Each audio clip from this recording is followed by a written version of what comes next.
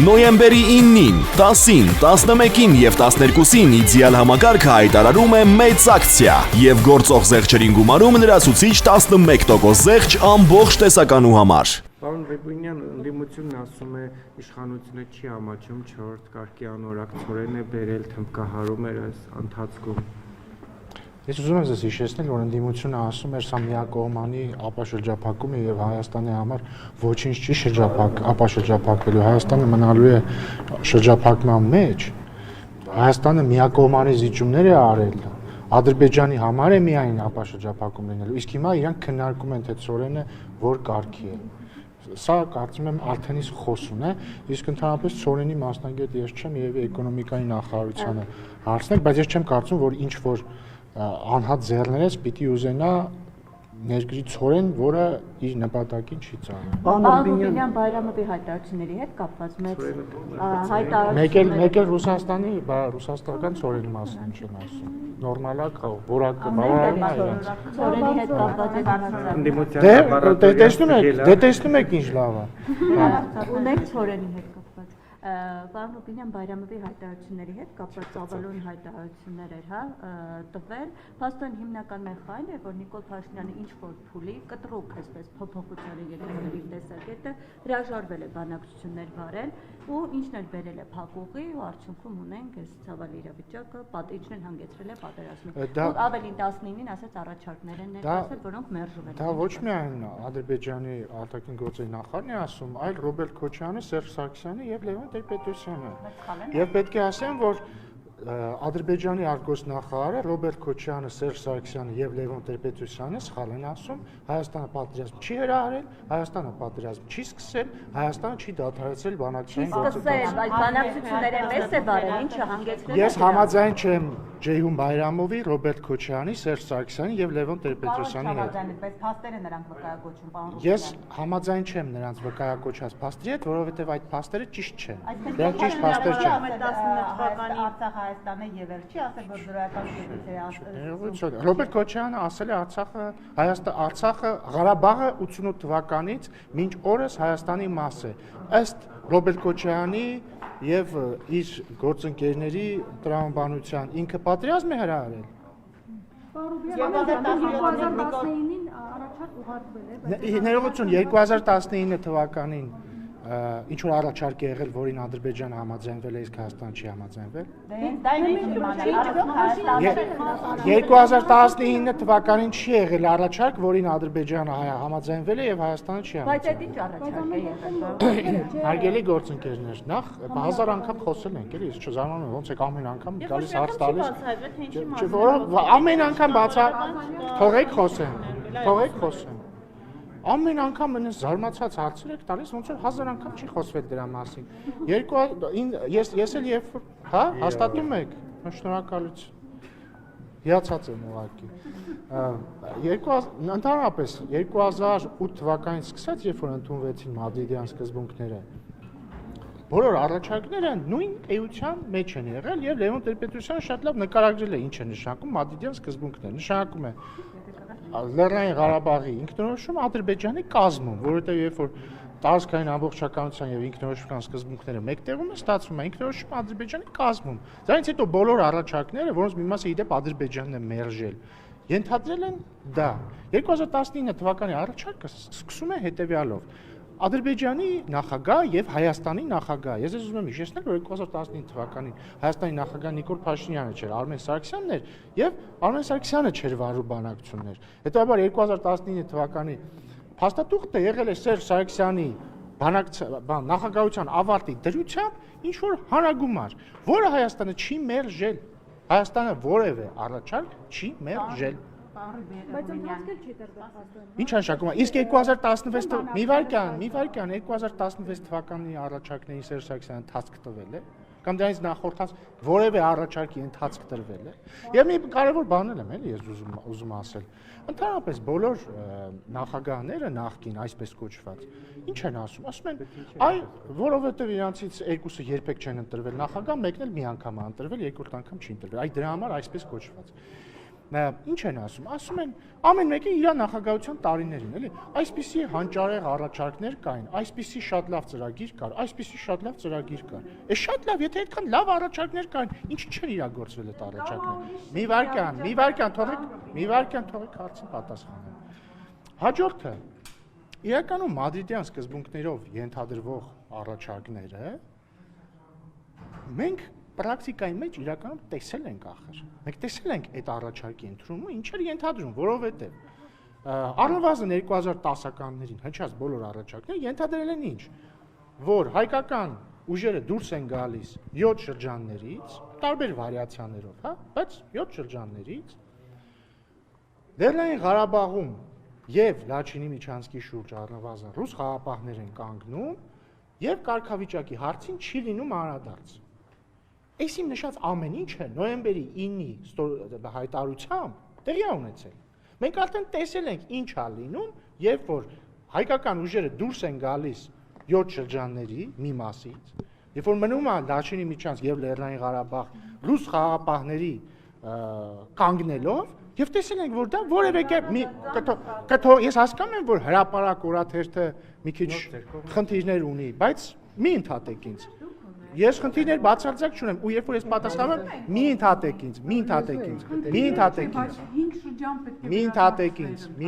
ինձ։ Եվ հետեւաբար մենք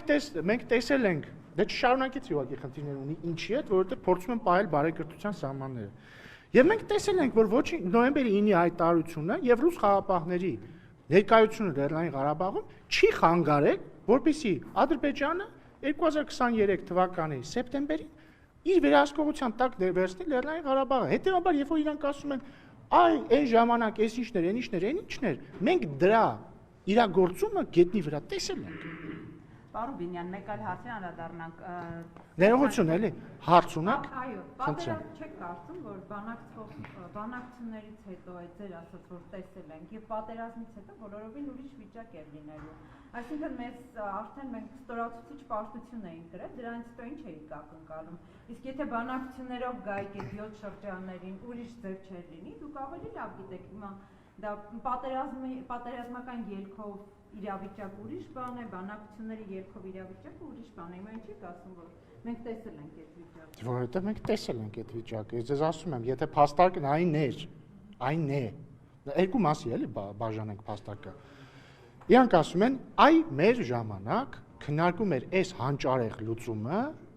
եւ շարունակությունը, մեղադրանքներ մեզ։ Հիմա ես ասում եմ, հակափաստարկ համար 1, եթե ձեր ժամանակ քննարկում էր այդ հանճարեղ լուծումը, ինչի այդ հանճարեղ լուծումը չի իրագործվել։ Գուցե որովհետև այդ հանճարեղ լուծմանը Ադրբեջանը չի համաձայնվել երբեք։ Հակափաստարկ համար 2, նույնիսկ եթե այդ ձեր պատկերացրած հանճարեղ լուծմանը Ադրբեջանը համաձայնվեր, այդ լուծումը արդեն իսկ հայտնի է, ենթադրելու էր 7 շրջանների վերահսկողության հանձնում Ադրբեջանի, կամ 7 շրջանով, կամ 5+2, կամ Լաչինի Միչանսկ պահելով, այսքան կիլոմետրաժով կամ այսքան, բայց էությունը շատ չի փոխվում։ Եվ Լեռնային Ղարաբաղի շուրջ ռուս խաղապահ զորամիավորման տեղակայում։ Հիմա ասում եմ, մի պայմաններում, երբ որ Լեռնային Ղարաբաղի շուրջ ռուսական խաղապահ զորակազմի տեղակայում տեղի ունեցել էր եւ Լաչինի Միչանսկի շուրջ, Ադրբեջանը գրավել է Լեռնային Ղարաբաղը։ Հետևաբար իրենց պնդումը, որ տեսեք, այսպիսի հանճարեղ բան էր լինելու, նախ փաշ չի որ լինելու էր, երկրորդն էլ լինելու դեպքում մենք արդեն տեսել ենք դա ոնց է ավարտվում։ Ժամանակ Ռուսաստանի հետ հարաբերությունները այնքան փչացած չէին, որքան օրինակ պատերազմից հետո, երբ որ հակառուսական նոտաներ էին։ Ինչ հակառուսական նոտա։ Ինչ հակառուսական։ Սերժ Սարգսյանի հարցազրույցը։ Ես մազոխիստ չեմ Սերժ Սարգսյանի հարցազրույցը դնեմ 7 ժամ նայեմ։ Չէ, դուք գոնե փող եք ստանում դրա համար, լրագրող եք զարգացել գործնա։ Ով ասում, ես վստահ չեմ։ Ժամը 6-ից Դե գրոհեց Facebook-ում։ Դե անպայման չի նայել դրա համար։ Բայց չէ, Սերժ Սարգսյանի հարցազրույցից մի ուշագրավ դրվագ կա, դուք Նիկոլ Փաշինյանի ամենամերձավոր թիմակիցներն եք, հեղափոխության ժամանակ միշտ կողքին եք եղել, ասում է այդ ժամանակ Նիկոլ Փաշինյանին փոխվարչապետի պաշտոն են առաջարկել։ Ես նման բան չեմ։ Ով է Սվիտասկին է նրան ասել այդ մասին։ Ես չգիտեմ։ Ես ասել Սերժ Սարգսյանին։ Ես չգիտեմ ինչ են խոսել Սվիտարսկին Սերժ Սարգսյանի հետ։ Ես նման բան երբեք չեմ ասել։ Նիկոլ Փաշինյանի հետ զրուցել է եւ Փաշինյանը Սվիտասկուն այդ մասին ասել է։ Ես նման տեղեկություն չունեմ։ Այսինքն նման բան չի քննարկել, չի եղել։ Ես ամենայն դեպս տեղյակ չեմ եւ ես վստահ եմ, որ տեղյակ կլինեի, եթե այդպիսի բան եղած լիներ։ Ռոբերտ Քոչյանի եւ Սերժ Սարգսյանի հարցազրույցները այսպես կարմիր թենով գծված իրենք երկուսն նույն բանն էին պնդում բանակցությունների հետ կապված, ձեզ մեղադրումը դուրս թողեցիք բանակցություններից, պատերազմը դուք հրահրեցիք։ Ինչ որ միտում կա այս հարցազրույցների իրար հաջորդականության մեջ, նաեւ դրան գումարենք Նարեկ Կարապետյանի հարցազրույցը դրսի լրատվամիջոցներին էլի ձեզ մեղադրանք։ Դե շուտ ջան, ասում եմ, ես համաձայն չեմ Ադրբեջանի արտգործնախարարի Ռոբերտ Քոչյանի, Սերժ Սարգսյանի եւ Լևոն Տեր-Պետրոսյանի պնդումների հետ։ Ես համաձայն չեմ եւ ճիշտ եք նկատում, որ այդ պնդումները նույնն են։ Հիմա դուք դատեք, նորմալ է, որ Ադրբեջանի արտգործնախարարը մեղադրում է Հայաստանին պատերազմ հրահրելու բանակցային գործընթացը կանգնացնելու մեջ, ինչը հասկանալի է, որովհետեւ ինքը հակառակ կողմն է, պետքա հակառակ կողմին մեղադրի, բայց նորմալ է, որ նույն մեղադրանքը Հայաստանի հասցեին հնչեցնում են Ռոբերտ Քոչյանը, Սերժ Սարգսյանը, Լևոն Տեր-Պետրոսյանը։ Ասեմ ավելին, նշեցիք Սերժ Սարգսյանի նախկին աշխատակազմի ղեկավարի որդու հարցազրույցը, որ ես էլի չեմ նայել, բայց մի հատված տեսել եմ, որտեղ ասում է, որ 2023 թվականին Հայաստանի վարչապետը հայերին Լեռնային Ղարաբաղից տեղափոխեց Հայաստան։ Կարծես որևէ բան չէր եղել, ուղղակի Հայաստան Նիկոլ Փաշինյանը էթնիկ զտման ենթարկեց Լեռնային Ղարաբաղը։ Էս են այս մարդիկ, իրանք ինձ թվում է մեկ-մեկ ես հասկանում եմ քաղաքական գործունեություն, ընդդիմադիր գործունեություն, բայց պետք է տարբերակես պայքարը երկրի իշխանության դեմ, ինչը նորմալ է, եթե դու ընդդիմադիր ես։ Պայքարից քո պետության դեմ։ Պարոն Ռուբինյան, մի րոպե կներեք, էլի Բայրամովը ասում էր, որ այդ իրավիճակում այդ շրջանում իրենք փաստեր են հավաքել եւ միջազգային հանրությանն են ներկայացրել այդ փաստերը, մասնավորապես նշում էր Նիկոլ Փաշինյանի հայտարարությունը Արցախը Հայաստանը եւ վերջ Տավուշյան դեպքերից հետո այդ ցուցադրաբար միջոցառումը մեդալներ հանձնելը, համահայկական խաղերի անցկացումը Ստեփանակերտում։ Դուք այնուհանդերձ չեք կարծում, որ այդ ամենը ինչ որ կերպ նպաստեց, որ Ադրբեջանն ավելի ագրեսիվ դառնա։ Ես համաձայն չեմ Ադրբեջանի արտգործնախարարի Ռոբերտ Քոչյանի եւ Լևոն Տեր-Պետրոսյանի եւ Սերժ Սարգսյանի պնդումների հետ, որ Հայաստանը հրահրել է պատերազմից, դրանց հետ համաձայն չեմ։ Ես համաձայն չեմ Ադրբեջանի արտգործնախարարի եւ Ռոբերտ Քոչյանի այն պնդման հետ, թե իբր 2020 թվականին Հայաստանը Տավուշում հուլիսին սահմանային պրովոկացիա է դիմել։ Ես համաձայն չեմ Ռոբերտ Քոչյանի եւ Պարոն Բայրամովի միջև այդպես է ասել։ Ու մի կողքից բան արեք, մեկնաբանեք իմ ասածները։ Հաջորդը։ Ես կարծում եմ պատճառը, որ Ադրբեջանը սանձազերծեց պատերազմի 44 օրյա հետեւյալի մեջ է։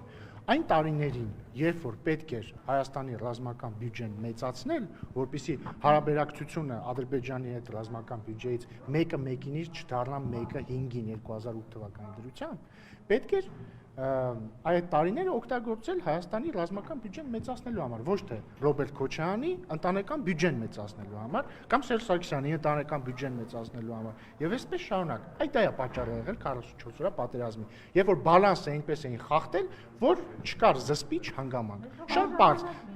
Ինչ? Բալանսը խախտված էր։ Պատերազմը հենց այդ է սկսում է, երբ որ բալանսը խախտվում է, եւ ոչ թե հավասար։ Ինչի պետք է Ադրբեջանը մի վարքյան մի իմ հետ հավասար խոսեք։ Ինչի պետք է հավասար խոսում եք։ Հենց հիմա դուք իմ հետ հավասար խոսում եք։ Ինչի պիտի Ադրբեջանը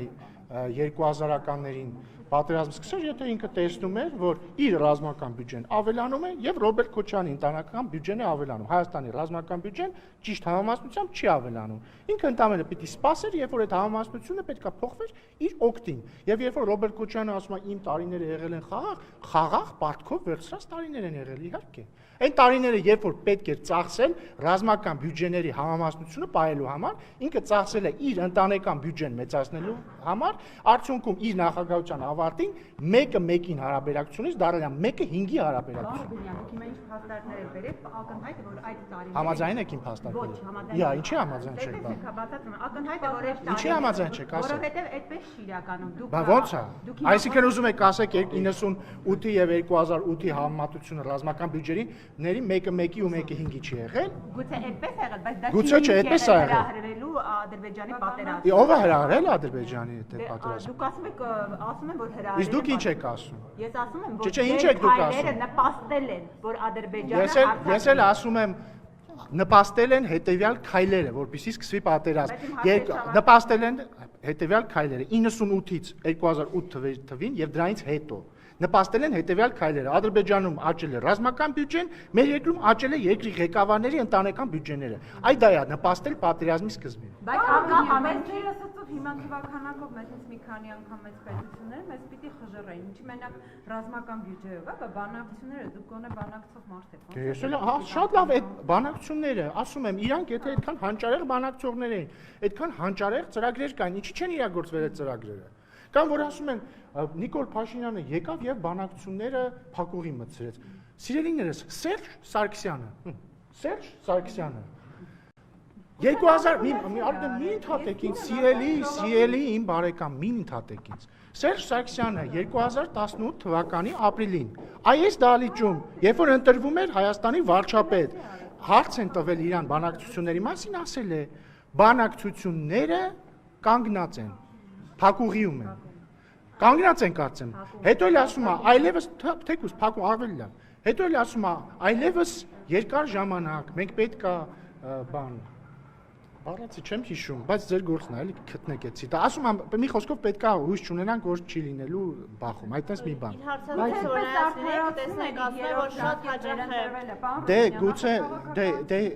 դե հիմա գուցե տարբեր մարդիկ տարբեր ձև արդարացնում են իրանց իշխանության օրոք գործած սխալները, մեղքերը եւ այլն։ Հարցաշենի մասին վարչապետի հայտարարությունից հետո ձեր ընդդիմախոսները ենթադրում են, որ զիջումներ կլինեն, ասենք։ Դե մի քիչ աբսուրդային է, հա։ Ձեր կարծիքով այդպիսի հնարավորություն կարող է լինել, որ զիջումներ լինել եւ մենք դրա դեմ չկարողանանք ապրել։ Մի քիչ աբսուրդային են մեր ընդդիմադիր գործընկերների քննարկումները, որովհետեւ երբ որ վարչապետ Փաշինյանը չի խոսում մեր օկուպացված տարածքների վերադարձի մասին, չնայած ինքը միշտ խոսում է, բայց ասենք թե 3 օր չի խոսում։ Ասում են, ահա, ինչու նա չի խոսում մեր օկուպացված տարածքների վերադարձի մասին։ Երբ որ ասում են մենք պետք է վերադարձնենք մեր օկուպացված տարածքները, այդ թվում Արցախը, ասում են, այսինչ է, ուրեմն զիջումների անեն։ Հիմա, ինչ վերաբերում է անկլավային հարցերին, դրանք պետք է որոշվեն սահմանազատման հանձնաժողովների աշխատանքի շրջանակներում։ Սահմանազատման հանձնաժողովները ընդունել են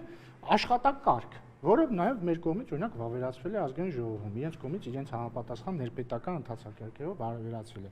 Դա ինչ է ենթադրում, ըստ այդ աշխատակարգի սահմանազատման հանձնաժողովների աշխատանքը ինչ է ենթադրում, որ իրենք պետք է բնականաբար իրավական հիմքերը դնեն, իրար առաջ քննարկեն,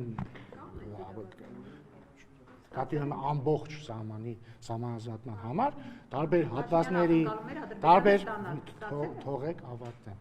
Սահմանազատման հանձնաժողովում կողմերը պետք է դնեն տարբեր հատվածների վերաբերյալ իրենց ունեցած քարտեզագրական իրավական հիմքերը եւ այլն եւ այլն։ Իրականացնեն սահմանազատում, ստորագրեն վերջում սահմանազատման բաները,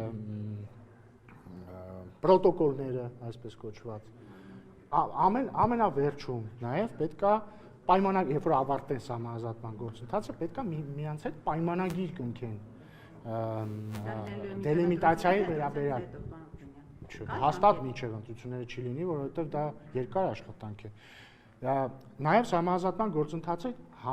հնարավորություն տալիս է տարածքների փոխանակում անելու, բայց եթե օրինակ տարածքների փոխանակում չի լինում, հանրակրվեի պահանջ չկա, որպեսզի օրինակ պայմանագիրը սահմանազատման վերաբերյալ ստորագրվի եւ ավերացվի։ Եթե ընթացքում որոշվի ինչ-որ տարածքներ փոխանակել, այդ դեպքում արդեն հանրակրվեով ալինի։ Հիմա որևէ նորություն չկա այդ հարցերով։ Այսինքն սահմանազատման հանձնաժողովի հանդիպում էս վերջին շրջանում չի եղել եւ նոր զարգացումներ չկան։ Որտեղից է ծագել։ Արցախաշենի թեման ծագել է այն պահից, երբ որ Արցախաշենը օկուպացվել է։ Այսինքն կանգնած են հանձնաժողովների գրավել են աշխատանքը։ Գրավել են։ Ես ու դուք ես Արցախաշենում էի այդ օրը։ Ես այդ օրը, բայց բան չէի, վստահ չեմ, խոսել գիտեի, թե չգիտեի։ Դրա համար ես այդքան լավ չեմ։ Շարոբինյան, այսինքն սահմանազատման աշխատանքների գործընթացը դետալություն կան քիչ։ կանգնած է աշխատանքը սահմանազատման։ Կանգնած չի, բայց նկատի ունեմ նոր, կանգնած չի, բայց նոր հանդիպում դեռ տեղի չի ունեցել, կունենա որևէ խնդիր չկա, իսկ ինքը իր հունով գնում է։ Այլ կերպ ասած, որպեսզի հստակ լինենք, սահմանազատման հետ կապված, այդ թվում անկլավային հարցերով որևէ նորություն չկա։ Իրավական հիմքերի առումով էլ չկա։ Դա պետք է սահմանազատման հանձնաժողովում քննարկվի։ Նիկոլ Փաշինյանն ասում է դեռ պետք է իրավական հիմքեր ներկայացնել։ Դե ախր նոր պատասխանեցի։ Չէ, բայց հիմա այլ հարցեր կան։ Նիկոլ Փաշինյանն Ռուզան մի րոպե։ Հիմա երբ որ վարչապետը խոսույթ է փոխել։ Ինչով է խոսույթ փոխել։ Դե նախկինում գոնե ասում էր պետք է իրավական հիմքեր Բայց ներկայացնել, հիմա չի ասում։ Չէ, որովհետև դա ակնհայտ է, որ պետք է տեղի ունենա սահմանազատման հանձնաժողովում։ Սահմանազատման հանձնաժողովում չի կարող սահմանազատվել սահմանի անգամ 1 սանտիմետր առանց համապատասխան իրավական հիմքերի։ Արծվաշենի մասին է խոսել վարչապետը, մենք Արծվաշենի իրավական հիմքերի վերաբերյալ որևէ կասկած չունենք։ Գնեք հիմա նաև այսպիսի բաներ կան, կարծիքներ կան, մի րոպե, ասում են Արծվաշենը որևէ ռազմավարական նշանակություն չունի, այնինչ, բայց այն Ժորժ ջան, Արծվաշենը մեր տարածքն է, հասկանում եք։ Ես սահմանադրորեն պարտավորված եմ խոսել Արծվաշենի վերադարձի անհրաժեշտության մասին, որովհետև դա մեր տարածքն է։ Մեր տարածքն է, չեմ կարող չխոսել Արծվաշենի մասին, սրա մասին է խոսքը։ Պարոն Բենյան, Նիկոլ Փաշինյանը Ընդ որ ոչ միայն Արծվաշենի, Ջերմուկի հատվածի տարածքների մասին, Սյունիքում հատվածներ կան, Տավուշում հատվածներ կան։ Պարզապես կներեք այն անկլավների մասին, որ խոսում են, պարոն Ռուբինյան, ասում են, եթե դա անցնեն Ադրբեջանում, մենք ճանապարհների ենթակառուցվածքների խնդիրներ ենք։ Ես էլ ասում եմ, որ այդ հարցերը ենթակա են քննարկման սահմանազատման հանձնաժողովում եւ այդ հարցերի հետ կապված արդեն երբ որ սահմանազատումը հասնի դրան այդ հարցերին արդեն կողմերը կորոշեն այդ հարցին ոնց անդրադառնան տեսականորեն եթե փոխանակման որոշում լինի ընդհանրապես որևէ սահմանային որևէ հատվածի դա հնարավոր է անել միայն հանրակրվեով Նիկոլ Փաշինյանը գրել է ոչ, մենք տեսանք որ Կիրանցի հատվածում հնարավոր չեղավ ճանապարհի հետ կապված այնպիսի որոշում կայացնել, որ գոնե ճանապարհը մնա Հայաստանին, հայ գյուղին եւ նոր ճանապարհ կարող է։ Որովհետեւ այդ կոնկրետ այդ կետում որոշում չկար տարածքային փոխանակման։ Բայց իդեպ եթե այդ ժամանակ էլ լիներ, պետք է հանրակրվել լիներ։ Թույլ կտաս։ Հա, Նիկոլ Փաշինյանը գրառում էր արել, որ մինչև տարեվերջ առաջարկների մասին փաստաթղթերը կհրապարակի եւ ասել էր, կարծես թե սպառնացել էր Սերժ Սարգսյանին, որ նաեւ մի նամակ է հրապարակել։ Դուք տեղյակ եք ինչ նամակի մասին է, որովհետեւ դուք նաեւ փող արտգործ նախարար եք եղել։ Գուցե տեղյակ եք ինչ փաստաթղթի նամակի մասին է։ Դե ես ինչ որ նամակներ տեսել եմ Սերժ Սարգսյանի գրած, բայց չգիտեմ վարչապետը որ նամակ է եկել։ Չէ, նկատի ունեմ բանակցային գործընթացում տարբեր երկրների ղեկավարներին ուղղված նամակներ տեսել եմ, բայց ես չգիտեմ ինչի մասին է խոսքը։ Հիշողական դրամաբանություն կար։ Նարեկ ջան լավ է։ Պարոն Ռուբինյանը Ոնց կարող է Սերժ Սարգսյանը ոնց կարող է զիջողական լինել։ Ոչ Սարգսյանը, Ռոբերտ Քոչարյանը, Տեր-Պետրոսյանը իրենք ուղղակի բաներ են, չէ, քաջարի մարտիկներ են եղել, տարիներին Արցախը հայկական է։ Փաստը դա է։ Իրենց տարիներին 20 տարի Արցախը հայկական է եղել։ Դուք հիմա ինչ բարձաբանում եք բերեք, պարոն Ռուբինյան։ Ձեր տարիներն Արցախը ադրբեջանական դարձել։ Նախ ես առաջարկում եմ, ոչ թե դուք իմ հետ բանավիճ եք։ Չէ, դու ես բանավիճ եք։ Բայց բանավիճ է, բայց դեմ չեմ։ Ես ձեր հետ բանավիճ եմ, խնդիր չեմ տես։ Բայց առաջարկում եմ, ոչ թե դուք իմ հետ բանավիճ եք։ Այ Ռոբերտ Քոչյանը թող գնա Նիկոլ Փաշինյանի հետ բանավիճի։ Ինչ վատ կա։ Ինչ ենք միջնորդավորված բանավիճում Ռոբերտ Քոչյանի հետ։ Կարող եք ինձ բացատրել։ Մի խնդրում եմ, էլի դուք որևէ մեկի խոսնակը չեք։ Խնդրում եմ, մի ընդհատեք ինձ, Աստծո սիրուն։ Տեսեք։ Թող ինչ ենք միջնորդավոր։ Օրինակ ինչի եք դուք Քոչյանի թեզը, ընդ որում որևէ ուշադրություն դարձ։ Իվարկյան էլի, Իվարկյան։ Ասում ինչի եք դուք Քոչյանի թեզը հիմա ինձ փոխանցում, որ ես այդ թեզին հակափաստարկվեմ։ Ես առաջարկում եմ հետեւյալը։ Եկեք միջնորդներին արանքից անենք ամենայն հարգանքով ձեր հանդեպ։ Եվ իմ հանդեպ էլ ես Նիկոլ Փաշինյանը ոչ մի գրառման Չէ, ես առաջարկում եմ մեր գործը հեշտացնել։ Թող Ռոբերտ Քոչյանը բանավիճի Նիկոլ Փաշինյանի հետ։ Հասկանում եք, պարզ բան եմ ասում։ Իդեպ, ուրա փայլակը, գնաց փայլակը, ափսոս, լավ չեմ ասել, ուրեմն ինչ որ ուզում եմ ասել։ Եվ հաջորդը, որը կերկին վերադառնում եմ հետևյալին, երբ որ Արցախը հայկական էր, երբ որ Լեռնային, իսկ ի՞նչ է դա նշանակում, երբ որ Լեռնային Ղարաբաղում ապրում էին հայեր։ Մենք առաջարկում ենք ճանապարհ, երբ որ մենք հայտարարեցինք, որ նշաձողը պետք է իջեցնել, այդ թվում Քոչյան, Ռոբերտը, Սերժ Սարգսյանը, մյուսները, Դաշնակցությունը, Լեռնային Ղարաբաղում իրancs հետ աֆիլիացված ուժերը, մեզ դատապարտում էին դավաճանականության մեջ եւ ինչի մեջ, ինչի մեջ։ Իրանք արդյունքում ինչ արեցին։ Իրանք եւ իրանց հետ ասոցիացված ուժերը, այդ թվում Լեռնային Ղարաբաղում Դաշնակցությունը։ Այնպես արեցին, որ Արայիկ Հարությունյանը հրաժարական տա, ընտրեցին նախագահ Լեռնային Ղարաբաղում, ստեղ Երևանում հանրահավաք էին անում, Նարեկը մոտեցավ, առնվազն Քոչյանին, Սարգսյանին չեմ հիշում, մոտեցավ թե չէ։ Ասեց ինչ կարծիքի եք Լեռնային Ղարաբաղում տեղի ունեցածի մասին։ Ասեցին շատ լավ է, հուսով ենք նույնը Հայաստանում կլինի։ Հայկ Մամիջյանը այստեղ ազգային ժողովում էր ասում էր եւ կհնչի զանգը, ինչ որ մի բան կլինի։ Ու ընդամենը օրեր անց Լեռնային Ղարաբաղը հայաթափվեց։ Հասկանում եք։ Հիմա դուք ուզում եք սրա մասին օրինակ մի օր հարցնեք, որ խնդրեմ ինչ որ մեկը ձեզնից Սերժ Սարգսյանին կամ Ռոբերտ Քոչարյանին կհարցնի, պարոն Քոչարյան, պարոն Սարգսյան, այդ 2023 թվականի ամառը, որ օպերայի Ազատության հրապարակում հարավակ էիք անում, ասում եք շատ լավ է այն ինչ տեղի ունենում Լեռնային Ղարաբաղում, հուսով ենք նույնը Հայաստանում տեղի կունենա։ Մամիջյան Հայկն էլ ասում է շուտով կհնչի զանգը։ Ու դրանից մի քանի օր հետո Լեռնային Ղարաբաղ հայաթափվեց։ Իրանք ի՞նչ նկատի ունեին։ Ես իրենց փաստաբանը չեմ պարոն Դե եթե իրանք 10-15 օրվա իշխանությունը չէր կարող հանգեցնել Արցախի։ Շատ լավ, դե ուրեմն նույն անալոգիայով, եթե 10-15 օրվա իշխանությունը չէր կարող հանգեցնել Լեռնային Ղարաբաղի հայաթափմանը, այդ ո՞նց են իրանք 30 տարի երկիրը կառավարելուց հետո, երբ որ մի իրավիճակ, երբ որ հավասար ռազմական բյուջեն, այնց են անում, որ մի քանի անգամ Ադրբեջանի ռազմական բյուջեն աճում է, ու դրանից հետո մենք գալիս ենք իշխանության 1.5 տարվա մեջ, այսինքն այդ նույն անալոգիայով մենք մեղավոր ենք, որ պատերազմը սկսել, բայց իրանք մեղավոր չեն։ Եթե այլ հարցեր չունեն, ասում է, որ պատերազմի օրերին ինքը եկել է Արցախ եւ ուզեցել է հանդիպի Արայք Հարությունյանի հետ, բայց նա չի ցանկացել հանդիպել, ասել Նիկոլ Փաշինյանը։ դրանք հետաքրքիր խոսակցություններ չեն։ Որտեղ սկսենք նրանից, որովհետեւ Արայք Հարությունյանը ազատության մեջ չի, որ իմանանք ինքը դա հաստատում է թե չէ։ Ես ինչ իմանամ իրանք իրար հետ ինչ են խոսում։ Բայց ես ինչ իմանամ իրանք դες բան խոսել են թե չէ։ Ինքը ասում է ես այս մարդու հետ խոսել եմ սա, ես ինչ իմանամ ճիշտ ասում թե չէ։ Այլ հարցեր կան։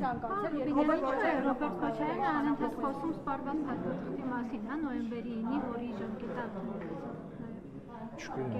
Չգիտեմ, երևի ուզում է խոսալ, չգիտեմ։ Եթե այլ Քոչարյանը ասել է, որ իշխանապողության դեպքում հանրային համերաշխությունն է վերականգնելու, որովհետև ձեր իշխանությունը իր բառերով ասած Նիկոլ Փաշինյանը չար է եւ կոնսուլտ։ Դե Ռոբերտ Քոչարյանի իշխանության եղած վերջին օրերին հանրային համերաշխությունը, եթե ինքը պատկերացնում է, այսինքն հիշենք Ռոբերտ Քոչարյանի իշխանության վերջին օրերը, 10 զոհ Երևանի փողոցում, տանկեր Երևանի փողոցներում։ Դա է հանրային համերաշխությունը։ Թե ասենք այն որ Պապլավոկ ինքը գնում, դրանից մի քանի ժամ հետո այդտեղ մարդ է սպանվում, դա է հանրային համերաշխությունը։ Գիտեք բանը, գիտեք այդ ժամանակ ես հիշում եմ Առավոտ թերթում Արամ Աբրահամյանը գլխավոր խմբագիր, այն ժամանակ էլ էր գլխավոր խմբագիր, չեմ թե հիշում, թերթում էր գրել, թե ուրիշ տեղ էր ասել, ասում է հումոր էր էլի արել, որ այսօր Ռոբերտ Քոչարյանը այցելել է ազգային պատկերասրահ, զոհեր չկան։ Մա այդ է իր համերաշխությունը եղել։ Նիկոլ Փաշինյանի ավտոշարասյունն անցած զոհեր չկան։ Ո՞վ է գրում։ Էլի Facebook։ Ո՞վ։ Ես օրինակ հղում արեցի ով է գրել։ Ես կգտնեմ ստատուս։ Դե գտեք ինձ ուղարկեք, շնորհակալություն։